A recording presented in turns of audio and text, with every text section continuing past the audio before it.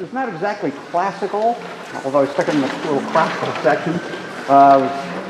Written, well, the music probably came around in the mid-1700s. The poem was from Ben Jonson, the playwright, wrote it in 1616. So, not exactly classical, but it's old.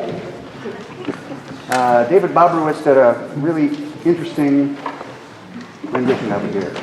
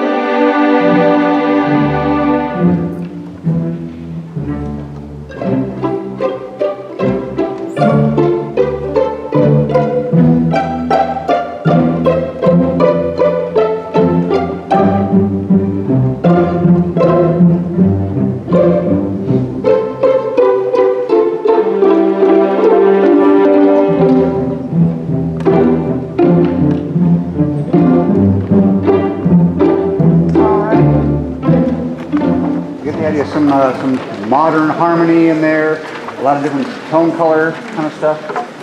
I thought it was kind of a cool little arrangement.